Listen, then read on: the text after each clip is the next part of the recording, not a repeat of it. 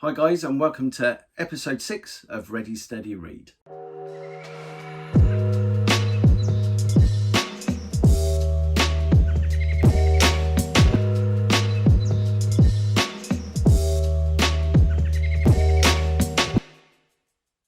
Welcome to episode 6 of Ready Steady Read. I'm so glad to be here today with you, and thank you very much for the comments that you've given to me either personally or underneath the videos that I've been posting. It's very much appreciated. If you've not done so already, then please click the subscribe button that is just here, and also make sure that you click the notification button, and that will let you know when new videos go up on our YouTube channel. So today we're not going to be talking about one book, we're going to be talking about a set of books, and that is The Amazing Card College by the fantastic Roberto Joby. So today we're here talking about Card College by Roberto Joby. This is the 5-volume set. It doesn't include Card College Light, Lighter or Lightest. I'm sure we'll be talking about those on a future date. I really wanted to talk about Roberto Joby today. I've seen him lecture numerous occasions, both digitally and on at the session, and always been an admirer. I think he's a fantastic performer, he's a fantastic creator, he's certainly a fantastic teacher, which is why we're talking about the Card College books on today's episode. So as you would expect with any set of books, they do start with volume 1 being your sort of basic introductory level, and in volume 1 of Card College this is no different. You are basically taught how to hold a deck of cards in the proper dealing grips, the various dealing grips, how to professionally shuffle a deck of cards, how to cut a deck of cards, and general handling that will set you up on the road to exploring the other volumes. So in volume 2 is more of your intermediate level.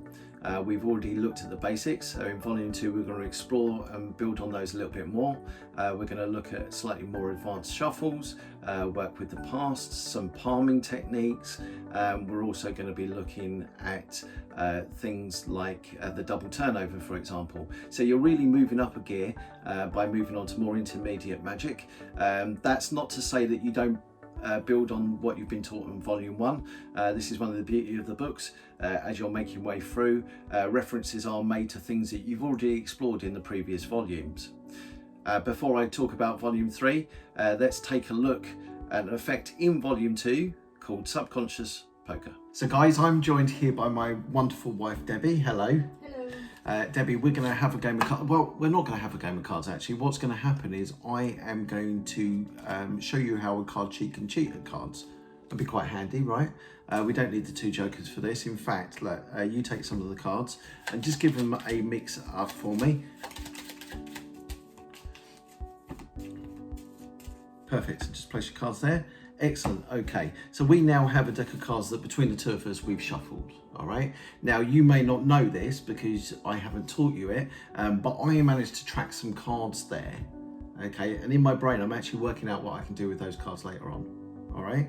So normally when you play poker, you would have a 5-handed game. So we will deal out 5 cards for 5 hands like this, all right? And it's normally at this stage that I would have a monkey go round and like take tips at this point. What I want you to do is I just want you to name one a hand. So we've got 1, 2, 3, 4 or 5. 3. 3. Yes, please. Okay, so look, I'm not going to change anything here. The highest card there, well, you can't make very much with that. You could have had maybe Jack, Ace, Queen. If that was a 10 and a King, that would be a straight, right? Which would be quite good. But you know, Jack, there's pair of 7s. That's another thing. The highest card here, because we'll count aces as high in this instance, is the Ace of Spades. All right. So look, I'm just going to leave that there. And I said to you that what we would normally do is we would, well, when I was shuffling, I would look for certain cards that I could use later on. All right. So what I've managed to do there is I've managed to make some observations about the card. All right.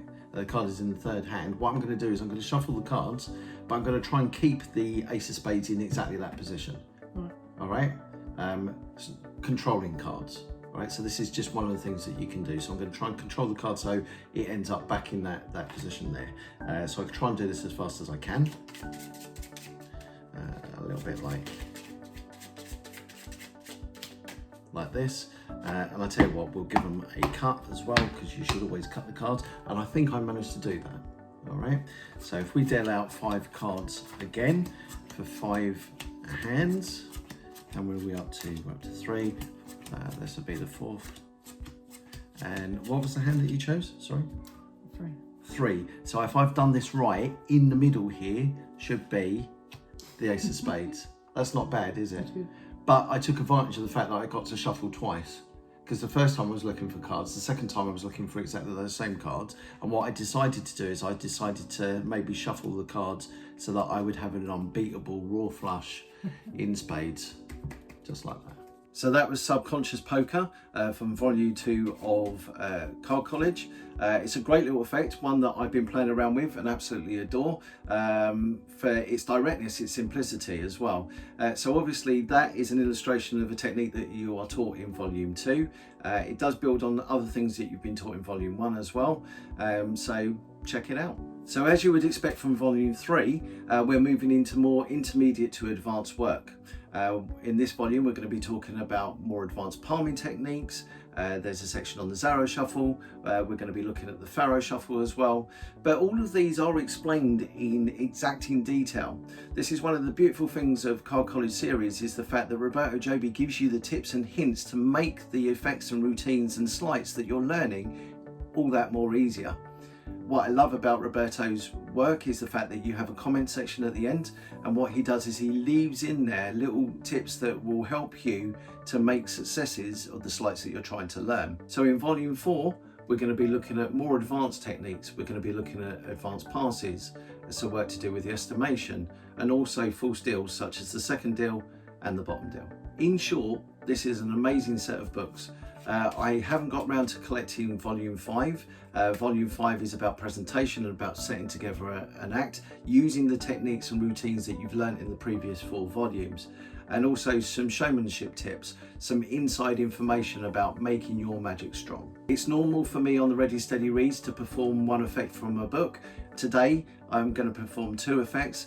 You've already seen Subconscious Poker from Volume 2, so let's take a look at Moracle from Volume 4. So guys, I'm joined still by my wonderful wife Debbie. Debbie, we're going to try something here. I'm going to try and read your mind, okay? Now I know in the time that we've been together how easy it is for you to read my mind, right? I have 2 things on my mind constantly: magic and food. Okay, it's a given. All right, magic and food. So I tell you what, right? I'm going to try and read your mind for a change. All right, and I know that your mind is a lot tougher than mine, a lot more resilient. So this is going to be fun. What we do need, however, is to remove the jokers from the pack. So we'll get rid of those. I'll tell you what. There we go. There's some cards there. Just give them a mix up for me. Perfect. What you're actually doing is you're actually programming the deck a little bit. Okay, you're programming the deck, maybe for like future events. That's right. It's not the way that I would have done it. There we go. So look, you've programmed the deck. I am going to think. Okay, there's a card that I.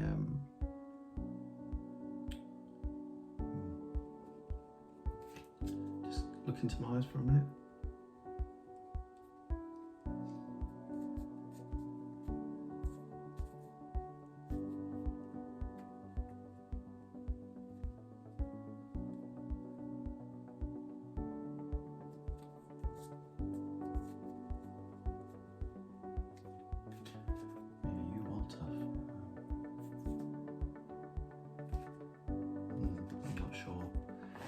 Okay, just look at me for again.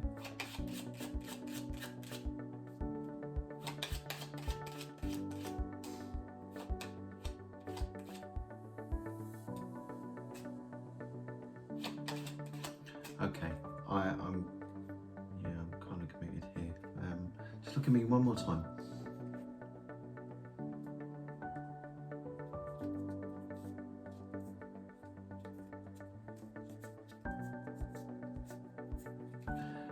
All right, I'm gonna go with my first instinct here.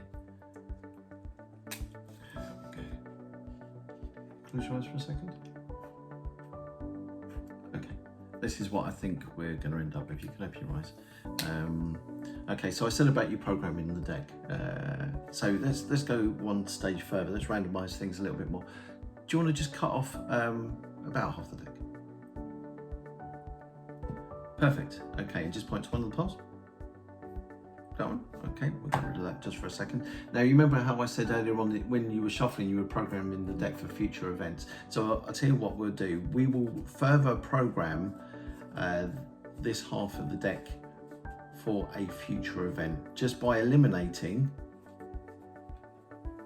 every other card. So we'll get rid of that packet, that can stay there. We'll do that again because I think there's still too many cards. There's still too many cards there. So okay, we ended up with one card. The Three of Hearts. So we managed to eliminate some packets just here.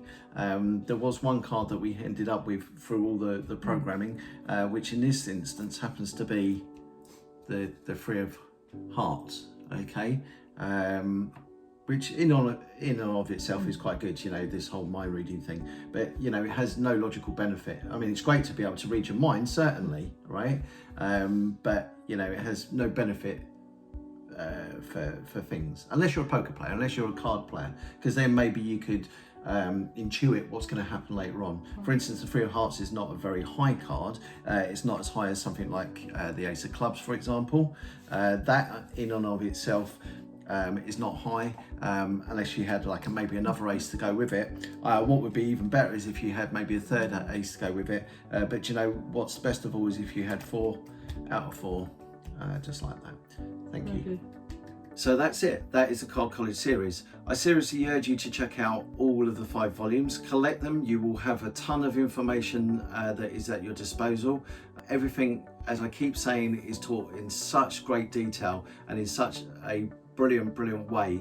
You'll be learning great card magic in no time. Before I leave you today, I just wanted to say once again, thank you very much for joining me on these episodes. As is usual, please leave comments if you want to, obviously. One of the things that I've been encouraging you to do is kind of interact with me by sending in answers to questions. Previously, I asked about sleights that were being learned. The name Marlowe came up a few times, and I'm sure that we'll be covering material of Marlowe's in future episodes. And I know some people have been urging me to have a look at older books that you can't get any longer or that are hard to get, such as the Derek Dingle works, for example. So we will be taking a look at that at some point as well.